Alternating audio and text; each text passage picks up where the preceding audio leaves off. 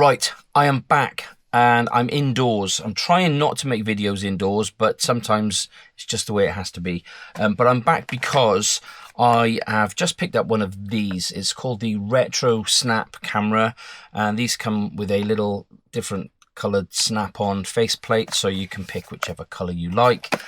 I went for orange.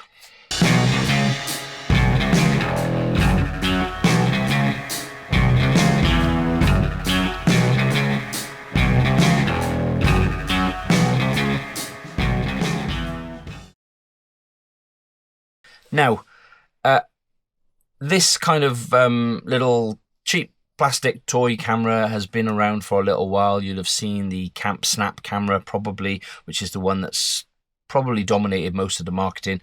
And I will not deny being, ready to push that buy button multiple times. But then I thought to myself, it's like £60 and all I'm getting is a little plastic camera without a screen, and what am I gaining from it? I want to learn to take better photos. I want to produce content for YouTube, and buying one of these little disposable-esque camera kind of things, is it really going to benefit me, and is it going to be interesting?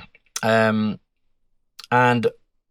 quite often the conclusion I came to was no, I don't want to spend £60 on a little bit of plastic with a teeny tiny little lens in it. A teeny tiny little sensor as well, sorry. But this cost me less than £30. I think it was about £28 delivered.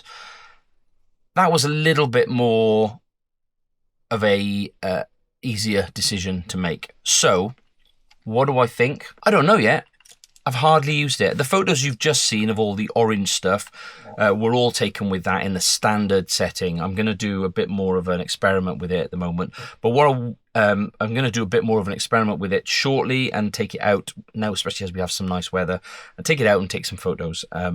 But it's certainly not a replacement for a Micro Four Thirds camera. It's maybe an addition or whatever. I don't know. It's probably more of a gift kind of thing. But one of the things I wanted to discuss briefly today was whether you should get one of these kind of things instead of getting one of these.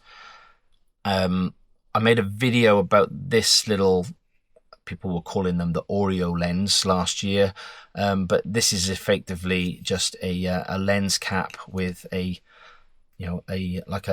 disposable camera lens in the middle, or even. Anyway, that video has had a little bit of a resurgence recently on my channel. I don't know why. Maybe these kind of lenses are taking off again. I don't know. But I just wonder, should you spend £10-20 perhaps on one of these, or £30 or even £60 on one of these?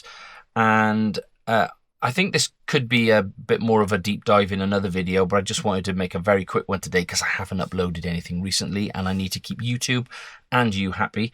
But I just thought, what's the main differences here? Well, clearly this little cheap jobby attaches to your mirrorless camera, let's say. Once you've put that on there, you now have all the other features that you normally have with your mirrorless camera. You can view the screen, you can delete photos, you can change filters, you can change ISO, white balance, etc., etc. The only thing you don't have control over is the focal length and the depth of field. Yes, focal length and depth of field. So it's effectively a prime lens with a fixed depth of field. But you've still got all the other bells and whistles of your camera. And then what you're doing is you're adding this retro feel, this film look, if you like. I'm still not sure. I've only used this on a few occasions, and maybe I will. I'll try and take it out again this spring and try and get some more photos, and we'll see, because this is a very easy thing to keep in your camera bag or in your pocket. So the difference here is you can't review the photos as you go along. You can't adjust anything. I'm not fully sure of the technical specifications here, but basically you can't change the shutter speed, you can't change the white balance. This is going to be a very limiting camera for control from that perspective. But maybe that's what you want. I guess it depends on what you want. This is very much akin to a film camera. You know, you've got no screen, you've got a small optical viewfinder, and you can't view the photos until you've, well, in this instance, you can't view the photos until you've actually sent the film off or developed it, if you're lucky enough to have the abilities to do that at home.